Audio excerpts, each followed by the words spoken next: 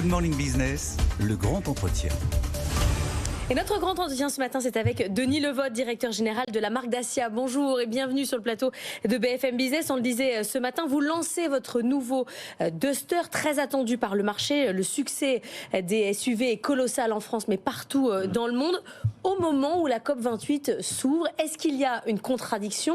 Est-ce que c'est un mauvais signal? Ou est-ce que ça n'a rien à voir? Alors bonjour à tous, je pense que ça n'a pas grand-chose à voir, mais il faut savoir que Dacia est une marque très économe. Dacia, ça fabrique des voitures essentielles. Donc déjà, Dacia en Europe, c'est 14% dans ses ventes de voitures électriques, la Spring. Donc on est exactement comme le marché. Dacia, c'est aussi la voiture abordable. Donc on fait très très attention au contenu de nos voitures. C'est pour ça qu'on a des voitures qui sont, sachez-le, plus légères que les voitures de nos concurrents et qui sont donc très économes et très efficaces en termes de CO2. Donc on est à l'intérieur du groupe Renault. C'est la marque Renault, bien sûr. C'est un SUV léger. Qui porte l'électrification rapide de la gamme, mais la marque Dacia n'est pas en reste, puisqu'en fait, elle recherche toutes les solutions de décarbonation. Le nouveau Duster va faire 1,3 tonne. Le Jogger, notre véhicule 7 places, il fait 1,2 tonne. C'est 300 kilos de moins que nos concurrents. Et vous verrez que dans le nouveau Duster, on a mis toute la technologie, puisqu'on va y retrouver un hybride 48 volts, un full hybride de 140 chevaux, et bien sûr, notre 1 litre 100 chevaux GPL.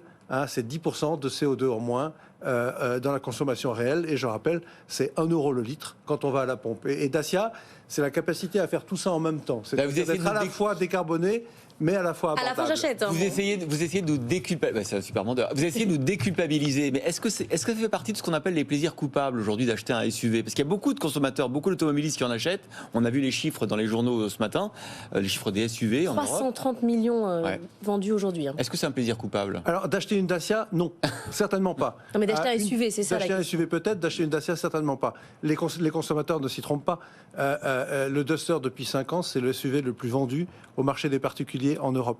Dans la nouvelle Dacia Duster, on a introduit, c'est un exemple, un nouveau plastique qu'on appelle le Starkle. C'est un plastique qui contient déjà 20% de matériaux non pas recyclables mais recyclés à l'intérieur du plastique, et ce pour des pièces de structure, pour des pièces de choc, et c'est tout à fait nouveau dans l'industrie. Donc on a bien une voiture qui est économe en termes de ressources de la planète. C'est intéressant quand même votre discours, parce qu'il est très bien rodé, et quand même on cherche à déculpabiliser l'automobiliste, parce que l'automobiliste il achète des SUV parce que c'est confortable, c'est haut, c'est plus sécurisant. N'empêche que forcément c'est plus lourd qu'une voiture normale. En termes de CO2, le bilan est moins bon. Au moment où effectivement on essaye de décarboner, on essaye de pousser les gens vers l'électrique. Mais la vérité, c'est que ça marche pas vraiment. On était aux États-Unis tout à l'heure, où il y a des stocks de voitures électriques qui s'accumulent. Comment cette transition, elle est douloureuse quand même, hein? La transition, en fait, on la gère au niveau du groupe. Donc il y a une intelligence dans la transition. C'est-à-dire qu'en fait, le groupe Renault est le frontrunner, va très très vite sur l'électrification massive de la mobilité en France et en Europe, via la marque Renault. Le groupe Dacia, par exemple. Le groupe Dacia a son rôle à jouer. Il y a un équilibre entre les marques, et le nouveau Duster, par exemple, est une voiture qui n'est pas un plaisir coupable. La façon dont on dessine nos voitures, nous on dit on est essentiel et cool à la fois. Il y a des images, je crois, derrière moi. Vous voyez qu'on a beaucoup travaillé le design, et la voiture est reconnue par la presse, par les journalistes comme étant extrêmement cool, extrêmement moderne en termes de design, mais elle reste essentielle. C'est une voiture qui va coûter moins de 20 000 euros pour son premier prix. On n'est pas en train de faire des voitures extraordinaires, pleines de contenu, etc. Elle sera totalement essentielle en contenu, et c'est ça qui fait la force de Dacia, et c'est ça qui fait déjà d'ailleurs du Duster le SUV à particulier le plus vendu depuis maintenant 5 ans en Europe. Mais ce que vous dites, c'est que Dacia, c'est pas son rôle, la transition énergétique. Vous êtes là pour autre chose, pour répondre à une autre clientèle. Alors c'est un principe de réalisme, c'est-à-dire que tout le monde n'aura pas accès à la transition énergétique. Il faut faire des choix. Bien sûr que si. Et non, il n'y a pas de choix à faire. Le groupe Renault, dans sa totalité, est en train d'organiser sa propre transition énergétique. Dacia en fait totalement partie. Et Dacia a un rôle très clair, c'est d'apporter une mobilité abordable pour tous, à tous les instants. Ça veut dire quoi? Ça veut dire qu'en allant se servir dans l'armoire technologique de tout ce que Renault a développé, Dacia décarbone, et décarbonera, on connaît le rendez-vous, 2035, et décarbonera graduellement toutes ces voitures. Il y a 1 an, 2 ans, il n'y avait aucun hybride chez Dacia. On en a introduit un sur le Jogger. Il y en aura 2 sur le nouveau Duster. On a une voiture électrique dans notre gamme. Donc on fait partie du chemin mais en restant peut-être d'une certaine manière en retrait sur des solutions plus classiques. 50% de nos ventes en France sont faites en GPL. Le GPL, c'est 10% d'économie de carburant et c'est aussi 1 litre à la pompe. Donc quand on parle de mobilité abordable, on sait vraiment de quoi on parle. Et ça, c'est la complémentarité, je dirais, c'est l'intelligence du groupe Renault d'avoir 2 marques vraiment complémentaires à tout moment. Est-ce que Dacia, c'est toujours la marque low cost du groupe Renault ? Ah, vous savez, merci pour cette question. Je sais que vous n'aimez pas, normalement. Oui, cette question que je n'aime pas, mais si je l'aime bien, cette question, ça va me permettre de vous expliquer que Dacia, c'est 2 choses en même temps. Dacia, il y a 8 ans, vendait environ 200 000 voitures. Et vendait principalement des voitures très peu équipées à des clients, et on est très fiers de ça, à des clients qui venaient de la voiture d'occasion et qui pouvaient se permettre d'acheter leur première voiture neuve. On est toujours ça.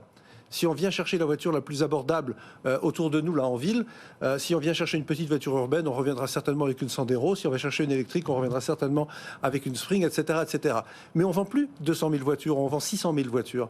Et en fait, ce qu'on voit maintenant tous les jours dans nos showrooms, dans nos concessions, c'est des clients qui viennent de marques beaucoup plus premium et qui font le choix de l'essentiel. Je dirais presque que le marché vient vers nous. On n'a pas changé notre recette. C'est les clients qui viennent vers nous. Et pourquoi ? Parce qu'avec le prix de l'énergie, avec le prix des matières premières, avec le prix des régulations, les voitures sont de plus en plus chères et donc les clients de plus en plus nombreux à se dire maintenant j'arrête, je ne mets pas autant d'argent dans une voiture. Ah bah tiens, ce que fait Dacia c'est très bien et en plus le nouveau Duster il est très joli. Et donc du coup nous on voit beaucoup de clients qui viennent. 2 tiers de nos clients maintenant sont des clients qui viennent du premium et d'ailleurs on le voit dans le mix de nos ventes. Les modèles, pour un modèle donné, le niveau d'équipement le plus haut est maintenant 60 à 70% de nos ventes. Il faut qu'on parle de la Dacia Spring, modèle emblématique, accessible, moins de 20 000 euros, fabriqué en Chine, potentiellement pas éligible au bonus écologique. C'est quoi son avenir ? Elle reste en Chine, elle reste là-bas ? Vous restez sur cette vision-là ? Alors plusieurs choses. Donc on verra d'abord ce qu'est le bonus écologique dans le détail. C'est toujours une approche de groupe, c'est-à-dire quelque part, même si en France, ça peut être au détriment de la Spring, ça ne sera certainement pas au détriment du groupe Renault. Donc il faut relativiser tout. La Spring, évidemment qu'on continue à la produire. La Spring, on va la renouveler. Donc au mois de mars de l'année prochaine, une toute nouvelle Spring sera présentée. La Spring est une voiture qui sera européenne.